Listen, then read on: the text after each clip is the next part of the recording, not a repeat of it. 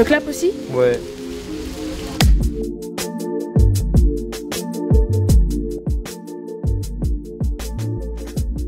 Alors, ce qui m'a amené moi à la musique, c'est une série qui s'appelle Glee, dont je suis tombée complètement amoureuse.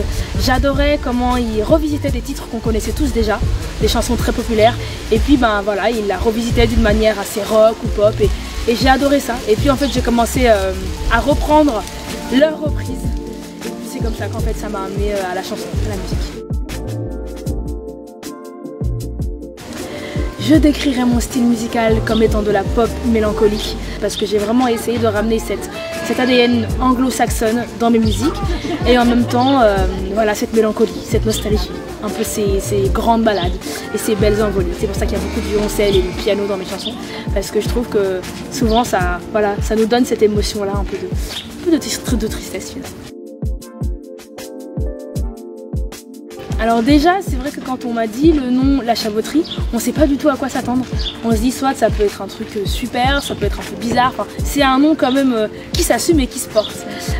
Et en fait, quand je suis arrivée, la première chose que je me suis dite en sortant du tourbus, c'est que c'était très très très beau.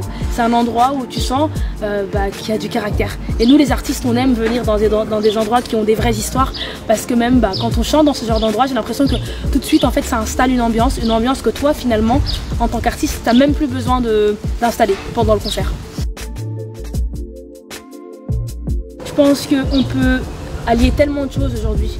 On peut allier des arts différents et bien sûr que je pense que culture et patrimoine, tout ça, ça rime ensemble. Je pense que la musique existe depuis la nuit des temps, a toujours eu un rôle très important au sein de l'histoire, tout simplement. Donc pour moi, oui, je pense que ça se marie très très très bien. Je pense même que d'ailleurs, l'histoire ne marche pas si on n'a pas un peu de musique derrière. J'essaie de transmettre tellement de choses. Première chose, j'essaie juste de transmettre une certaine paix intérieure parce que moi, c'est ma quête personnelle et je pense que c'est la quête de beaucoup de personnes. C'est de finalement se dire en fait on est sur cette terre et on est constamment à la recherche de qui on est, qu'est-ce qu'on est censé faire et on est un peu à la recherche de ce bonheur finalement.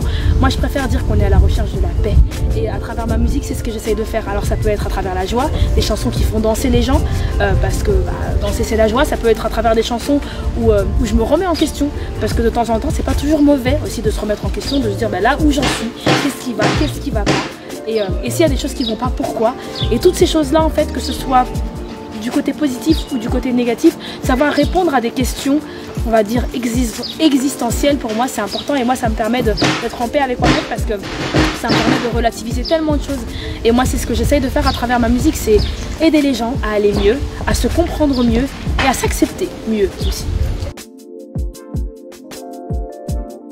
Alors sur ce premier album, c'est vrai que j'ai un peu parlé de l'acceptation de soi déjà, parce que c'est un combat que je mène depuis très longtemps. Et je me suis dit, je pense qu'il y a beaucoup de personnes qui me regardent en se disant « Waouh, mais elle a du courage, elle est sur scène, ça veut dire qu'elle doit être hyper confiante ». Et je trouve que c'est bien de casser ce mythe aussi et de montrer à toutes ces personnes, oui, certes j'ai du courage, je monte sur scène, mais en fait je suis comme vous. En fait, on n'est pas si différents les uns des autres. Je pense que ça aide les gens justement, parce que moi aussi j'ai des complexes. Et je trouve ça important de dire oh, nous on est là mais vraiment on est comme vous et voilà, on n'est pas des super humains, on a aussi nos failles et nos faiblesses et donc c'est pour ça que pour moi l'acceptation de soi c'était important d'en parler pour m'aider d'une part, c'était un peu thérapeutique et puis surtout pour aider les autres. Et puis dans mes autres chansons je parle beaucoup de moi, juste au sens biographique, donc moins thérapeutique mais juste voilà, j'explique ce qui se passe dans ma tête en fait finalement.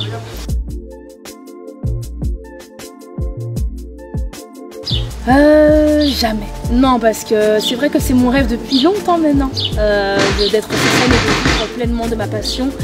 Mais à ce point-là et aussi vite, c'est-à-dire que le moment où j'ai fait The Race il y a 2 ans maintenant, j'aurais pas pu rêver mieux que ça se passe aussi bien. Et quand je dis aussi bien, c'est pas l'ascension musicale, parce que l'ascension musicale et le succès des BAM c'est une chose, ça j'en suis très reconnaissante. J'ai l'impression vraiment de baigner dans un environnement humainement tellement sain et bienveillant et rempli d'amour. Et donc c'est surtout ça, que je m'imaginais pas que c'était possible d'être artiste et d'être voilà, en fait de vivre au sein d'une famille finalement. J'ai pas l'impression d'être avec des collègues, j'ai plus l'impression d'être avec une famille. Alors un message, ce serait surtout de leur dire merci, merci de se déplacer et de venir me voir et de venir à ma rencontre. Et puis moi de mon côté je vais essayer de faire mon job, c'est-à-dire de créer une connexion avec eux, de leur faire passer un bon moment plein de transparence, de vérité, et puis voilà, un moment plein de joie aussi.